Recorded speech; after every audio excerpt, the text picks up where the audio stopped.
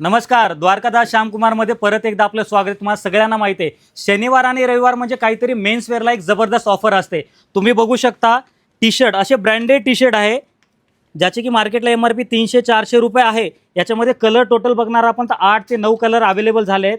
द्वारकादास श्यामकुमारमध्ये या टी शर्टची 25 आणि 26 म्हणजे शनिवार आणि रविवार 2 दिवसासाठी ऑफरमध्ये या टी शर्टची रेंज राहणार आहे 600 रुपयामध्ये 5 टी शर्ट।